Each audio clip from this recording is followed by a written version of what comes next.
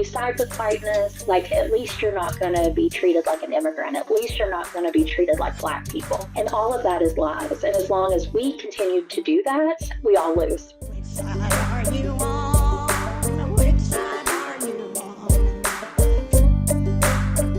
We have on the line Beth Howard. Beth Howard is the author of a memoir from Haymarket Books titled Rednecks for Black Lives, and the Appalachia People's Union director of SURJ, Showing Up for Racial Justice. She lives in Lexington, Kentucky, but grew up in a rural white working class community in eastern Kentucky. She's organized in the American South for 17 years, primarily in Kentucky. Beth, welcome to the program.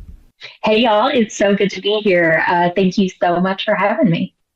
Yes, thank you. Thank you for joining. I really appreciate it. And I want to just dive right in with what Jacob just stated about your upcoming book, Rednecks for Black Lives, because I think that is a powerful title. It's an attention-getting title.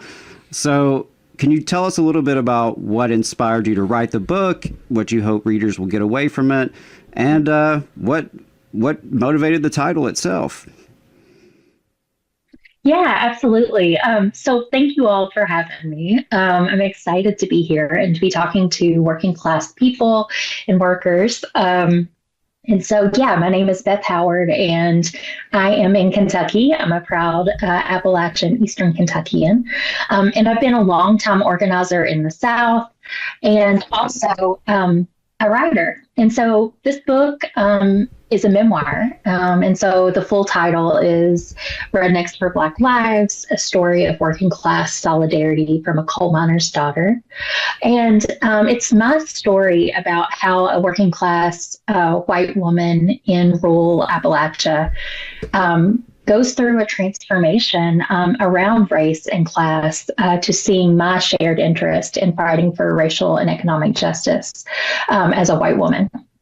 And the title is based on an essay I wrote in 2020 that went viral during the summer of the largest, uprising for racial justice I'd ever witnessed in my lifetime. And, like many people, I remember during that time looking at my social media feed and seeing, first of all, seeing so many people in Appalachia and the South really on the right side of this issue, saying, standing up for the movement for Black lives, saying, police brutality against Black people has to stop. And then also I saw a lot of working class white people in my region taking the side of police in this and holding up this thin blue line. If you just comply with police, you won't get murdered, and a lot of really, really hateful things. And all I could think about during that was a story from my own region that is very similar to a lot of union campaigns in the South around, in this story in particular, is the Battle of Blair Mountain in West Virginia in 1921, when a group of 10,000 coal miners, white, Black, and brown, fought together for their right to unionize in the largest labor uprising in this country's history.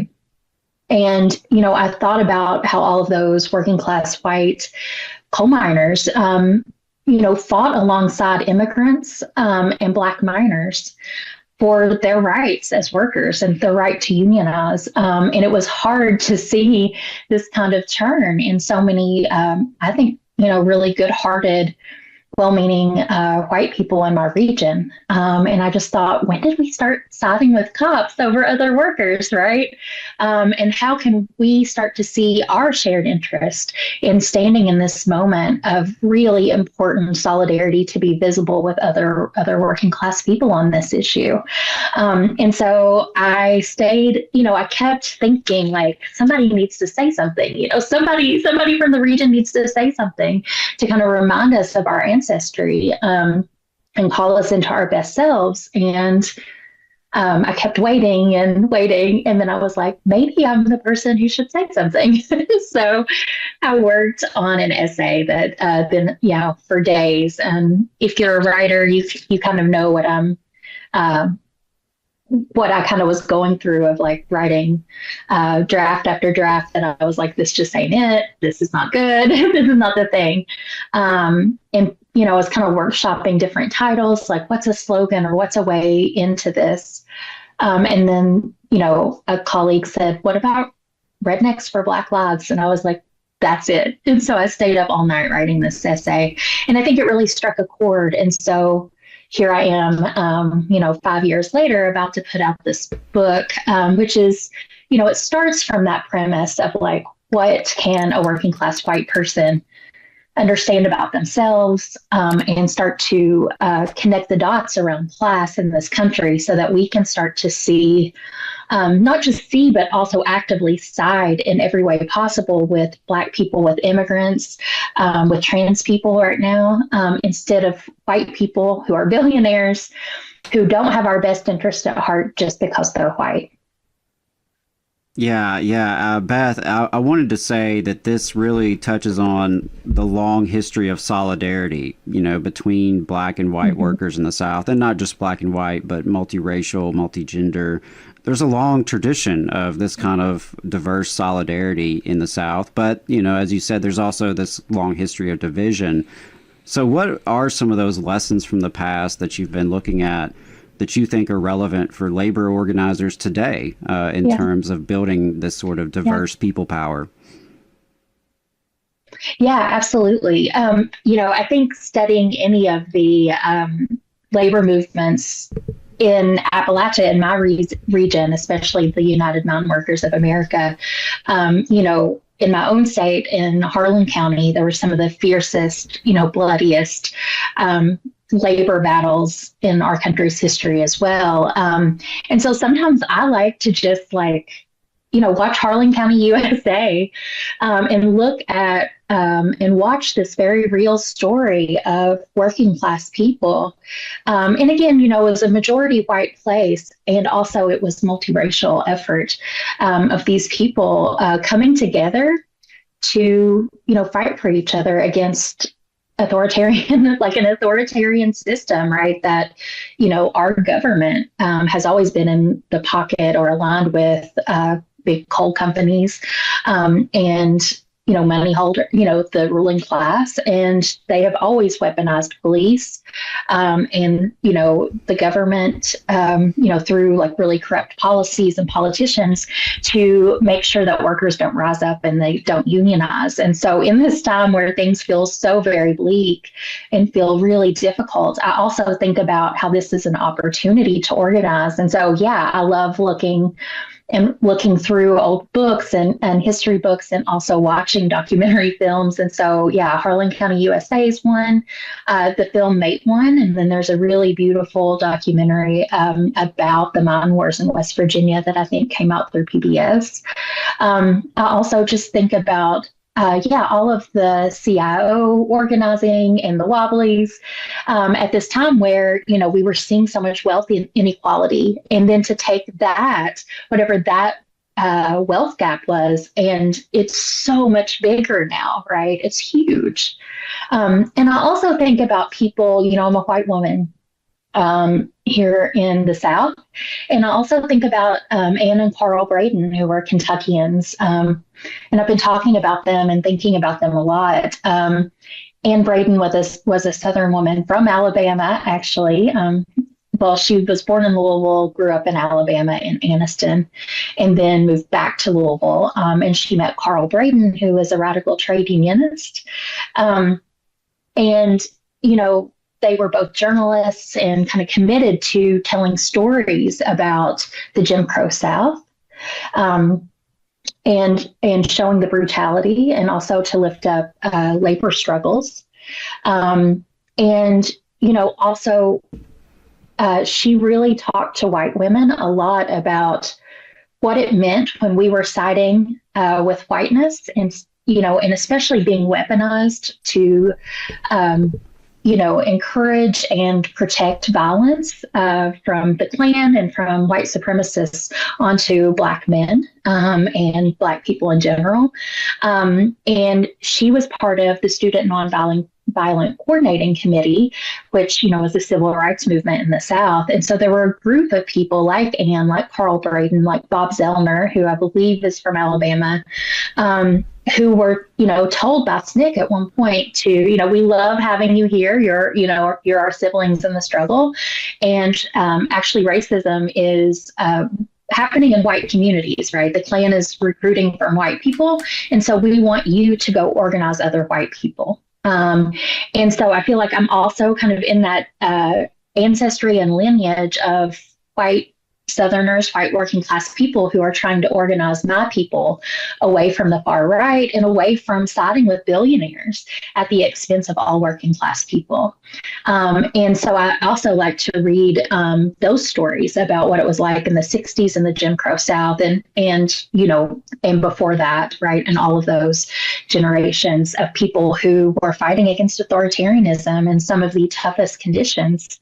And I think that this applies to any of us, working class white people, and especially when we look at unions, it has always been in the playbook of the ruling class to peel white people away from the coalition, right? So, a boss will always try to separate the workers in, different ways, right? Let's offer the white people a management job or give them a raise or say, we're not going to fire you if you, turn your back on these folks. And when I think about the miners in Blair Mountain, they were not not racist in the beginning, right?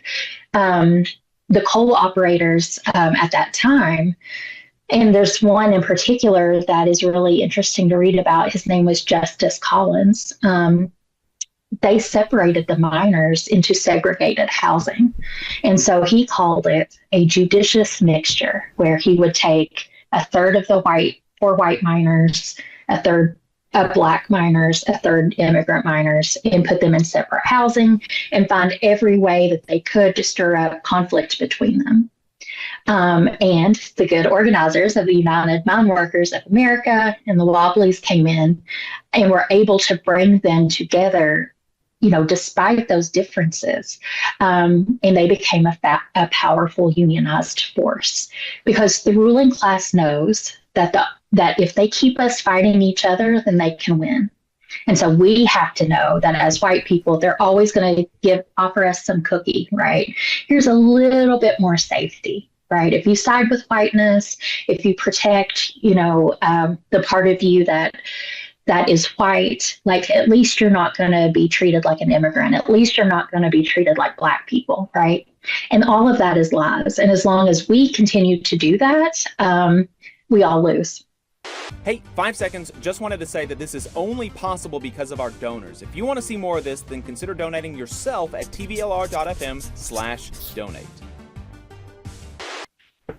There was so much that resonated with me that you just said, and particular in terms of, the conditions in which people have organized interracially and in diverse coalitions, often in much tougher situations than what we're facing today. And in some ways we're facing, unprecedented crisis in this country, but it is always good to remember that there are folks, our forefathers and foremothers who came before us, who organized under, severe threats and under very difficult conditions, but they did it anyway, and they were able to win real wins for working people. And something else that comes to mind that I wanted to ask is, there is this idea, I think, that I run across a lot, and I know Jacob runs across it.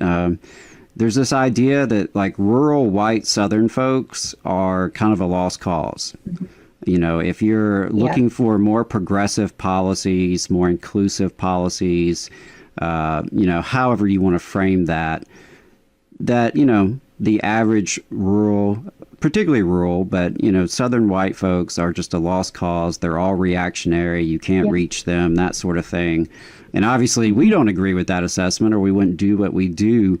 And so I'm curious, what have you found, about some of these misconceptions, and what are some of the realities that you've encountered? Yeah. And so, I work for Showing Up for Racial Justice, which is the largest national organization bringing white people into the fight for racial and economic justice, based on that lineage that we just talked about. And within SURJ, I am the Appalachia organizing director. And so that means that, we are organizing on my team and the other Southern organizers at SURJ, that we have people in Tennessee and Georgia, as well as Kentucky, which is my place, doing really deep work on the ground, with, a lot of multiracial groups, but also in predominantly white places. The state of Kentucky is 85% white. And so, we are going to be multiracial movement, absolutely, and we have to be. And in a state like Kentucky, you have to organize a lot of working class white people and a lot of rural people in order to win any significant change. And so the kind of organizing we are doing is kind of bringing people in small towns and rural communities around a material issue that impacts their lives. And so often it's been around housing, that people can't afford to live anywhere in their towns. Like, that is now true, not just for cities, but for rural places. Right. The housing they can afford is not fit to live in. And they want power. They want power as tenants, and as people who live in the South. And so what we are doing is, starting a material issue campaign. Like, I think a trade union is a great place to see this at work too. And through that, we see people showing up, being able to be transformed around other issues, whether that's race or gender, and so I helped co-found a group called Kentucky People's Union in Ashland, Kentucky. And, we are seeing like young Gen Z trans leaders having, organizing meetings with people who are middle age or above, who have never had a significant relationship with anyone who was trans. And we are seeing, white people who had never had any significant relationship with someone who is Black, like now they're together fighting for housing. And we also use, we wear our red bandanas as a symbol of our heritage and our values, that we're not going to be divided by racism, right? And so that doesn't mean everything's perfect, but it does mean we hang in there together. And so I also helped co-found a group called the Rural Defenders Union, which is a network of rural people in this country who are sharing resources, who are training together, and fighting back against some of the toughest conditions in this country right now. And so when I hear people say, rural communities are a lost cause. They're the reason we can't have nice things. How can they be so ignorant? I think one, that plays right into the billionaire class's hands, right? Mm-hmm. They have taken this progressive vacuum in rural places and small towns and in the South, where liberals or progressive and even people on the left have said this isn't worth our time, and they have been more than happy to organize us. In that vacuum where we're not, they are talking to our people and they are talking about race all the time. They're saying, I hear you, you're suffering, right? You don't have housing, you can't feed your family. And we are with you, we support you. And you know who you should blame for that? Immigrants, Black people, trans kids, right? And it has been my experience over and over that we have to knock doors in rural places and in small towns and give people a better offer than white supremacy. I think that better offer is class solidarity. And I've seen over and over again that people are more than willing to come along with us on that, and that they can be transformed and changed. I always say, like, people are just waiting on us to knock on their door and give them an offer, an opportunity to be a part of an organizing campaign. And finally, I'll say that rural people have always been part of some of the fiercest working class resistance in this country. We talked about, the workers unions, in those organizing efforts and those strikes. We also talked about the civil rights movement, often which took place in the rural South. And we can look at indigenous communities at Standing Rock.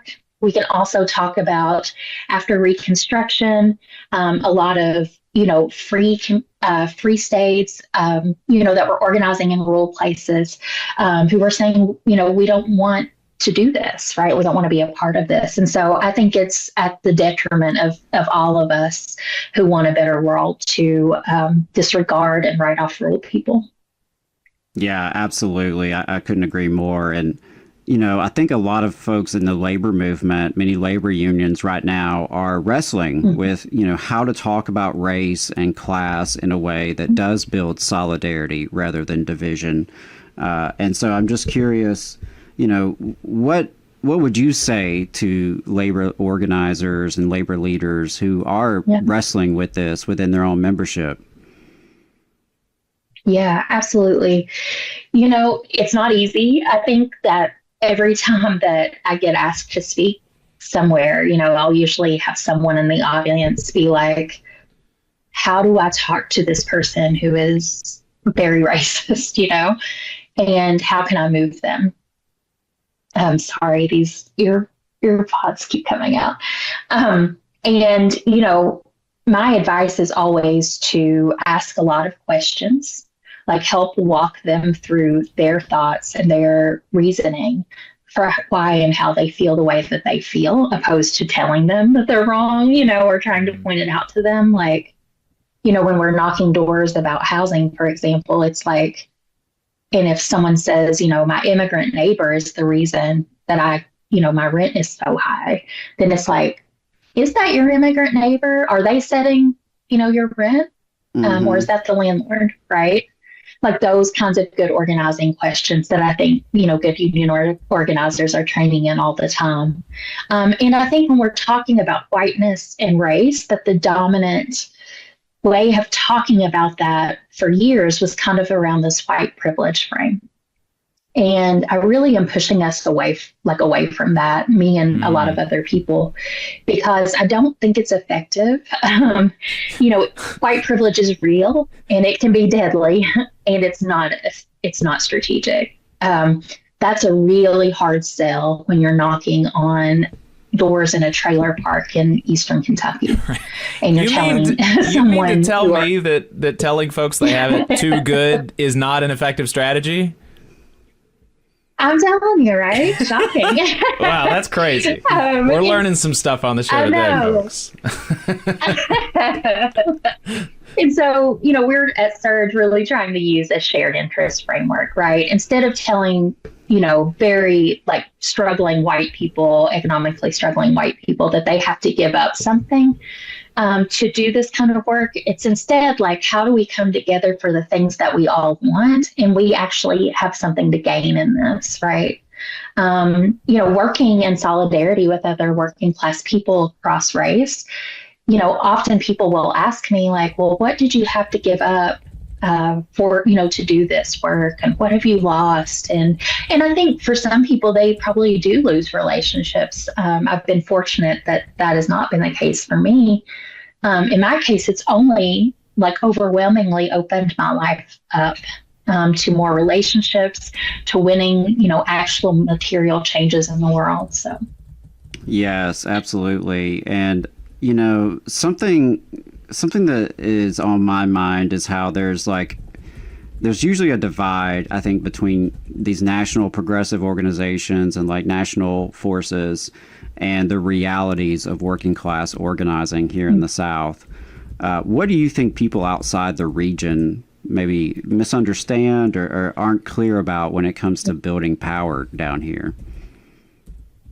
Yeah.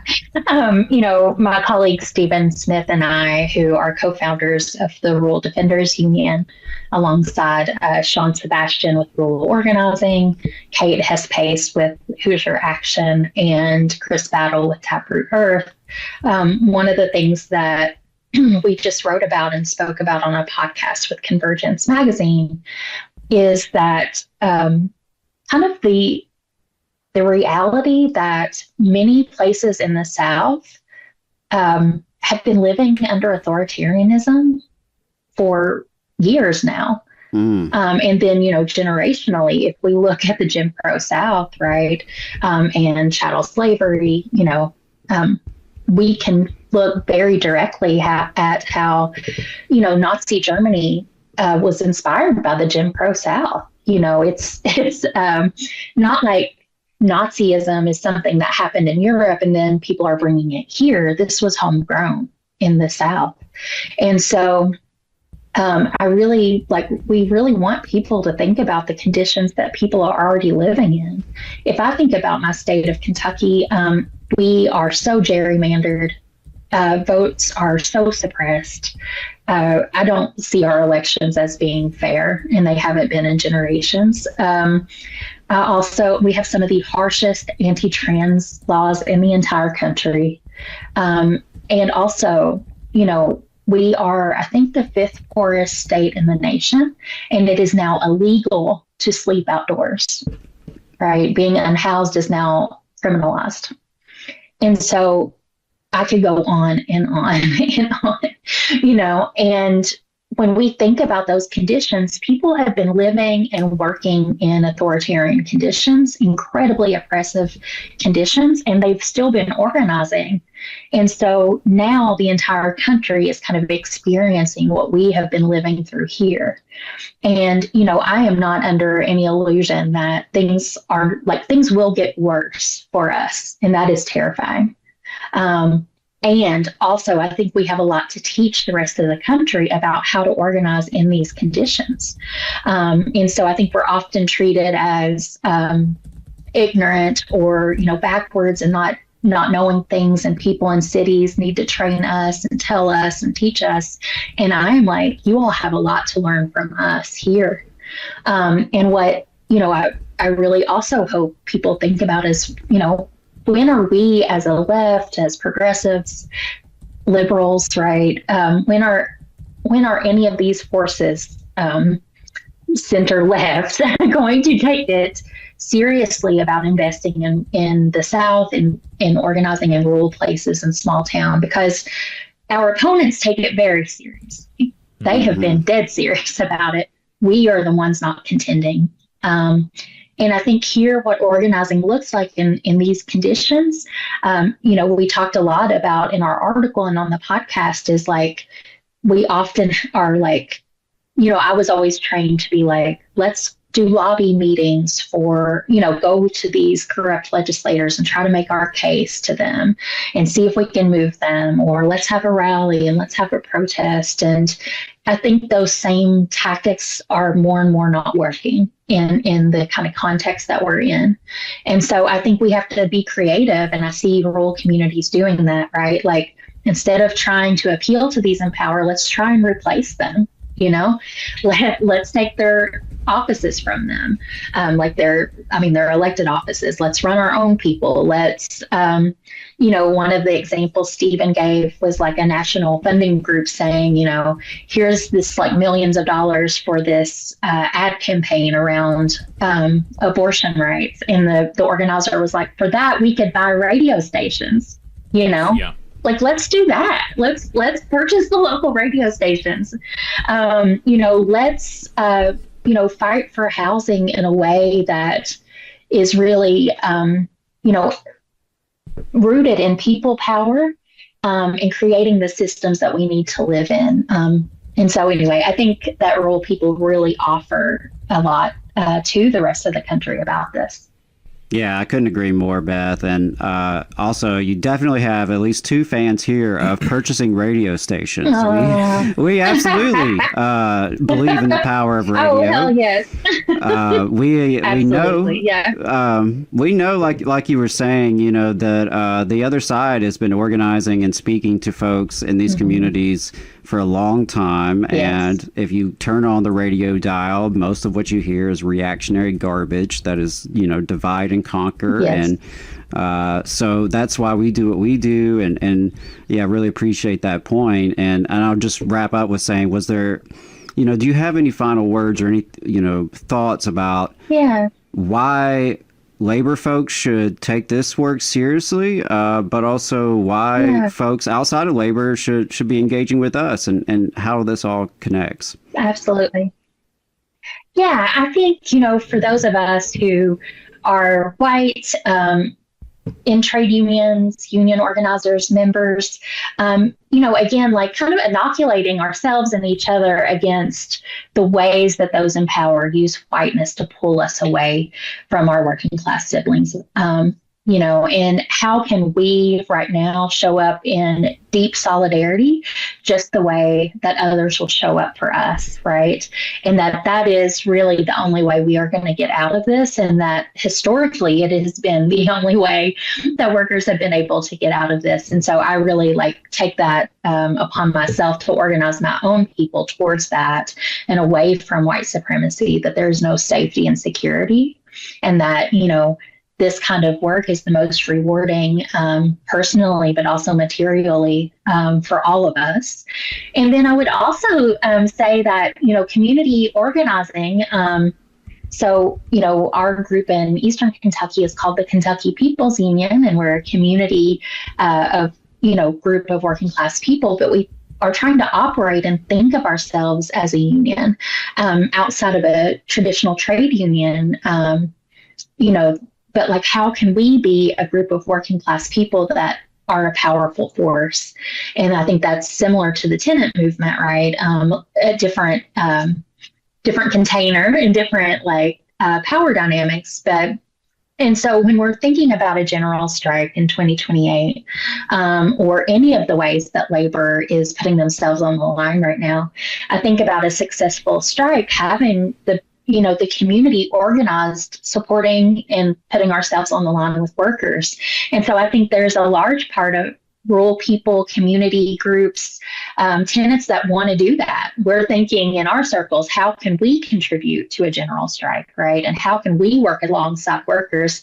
And then how can we build that kind of trust and solidarity between our different groups, so that also when we need unions, that they'll show up for us too, and so I think we are open-hearted and welcoming in those collaborations. Well, Beth, I really enjoyed the conversation. Again, the upcoming book from Haymarket Books is Rednecks for Black Lives. Yep. Beth, thank you again for your time. Yep. Thank you all for having me. This is so great, and I love talking to other working class Southerners, so thank you all. All right. Appreciate Thank you. It. Thanks again. Really enjoyed that conversation, and the shared interest stuff is really important, because the way that reactionary sentiment is garnered is by trying to make folks believe that like you said, it's the immigrants, it's the trans, it's the blacks, et cetera, that's taking from you, when the reality is that if working folks came together across all of those different lines, then they'd be able to get more than anybody has, right? I mean, black folks having more isn't a challenge to working class white folks. It's a challenge to capitalists, black and white, right? And that's what history has shown, is that when working class people come together, we're able to make our lives better. So that really, really exciting. And I might end up, Adam was the one that booked her, and I might end up getting the book. Well, there we go. Yeah, I really enjoyed it, and I think there's a lot that resonates, and it speaks to what part of why we do what we do, and I think it is important that we try to reach all folks and not give up on people. Mm-hmm. There are folks who obviously are pretty deeply into propaganda and have been brainwashed, I would argue. But there are a lot of folks that, regardless of where they're coming from or what they may have heard, I think you can reach them with this shared interest and the reality that we can all rise up together. We can all benefit together because we do have common interest. Vast majority of us are working class. Vast majority of us have to sell our labor in exchange for money, and that's how we make a living. That's how we feed our families and pay our bills. And we all want better lives for ourselves and our families and our neighborhoods. And so together through solidarity, that's how we do that. And really appreciated that message. You just saw a clip from the Valley Labor Report. We are live every Saturday morning from 9:30 a.m. till 12:30 p.m. And we pride ourselves on keeping all of our content free to everybody so that we can talk to as many working folks as possible. If you support the work that we're doing, you think that it's important, you think that it's good, then consider making a monthly contribution to the project, and you can do that on our website, tvlr.fm.